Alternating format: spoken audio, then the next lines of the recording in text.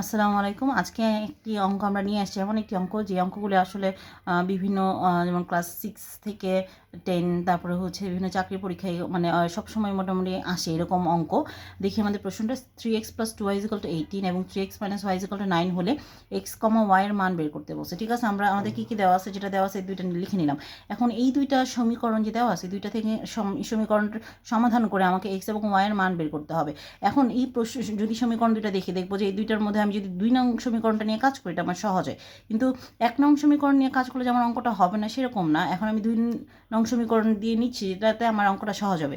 এখন আমরা কি লিখবো যে 2 নং সমীকরণ হতে পাই, 2 নং সমীকরণ হতে পাই কি 3x - y = কত 9।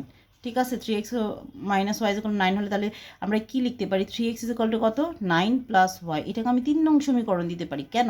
কারণ আমার 1 নং সমীকরণ আমি দেখতেছি আমাদের কি দেওয়া আছে, 3x দেওয়া আছে। 3x এর যেহেতু দেওয়া আছে আর এখানে আমি 2 নং সমীকরণের মাধ্যমে আমি 3x এর মান বের করতে পারতেছি। তাহলে আমি 3x এর মানটা কী করবো, 1 নং সমীকরণে যদি বসাই দিই তাহলে আমি অবশ্যই y এর মানটা পেয়ে যাব।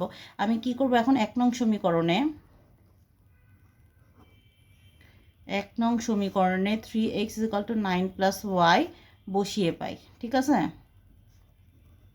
বসিয়ে পাই তাহলে আমাদের কি হচ্ছে 3x + 2y = কত 18, বা 9 + y + 2y = কত 18, বা y আর 2y যোগ করলে কত হয় 3y = 18, আর +9 আছে সেটা রাইট সাইডে গেলে কী হয়ে যাবে -9, মাইনাস হয়ে যাবে 9টা। তাহলে কত হয় 3y = 9, বা y = কত 9/3, কারণ 3টা y এর সাথে গুণ আকার আছে, রাইট সাইডে গেলে কী হয়ে যাবে ভাগ। তাহলে 3 × 3 কত 9, তাহলে সুতরাং আমরা y = কত পেয়ে যাচ্ছি 3।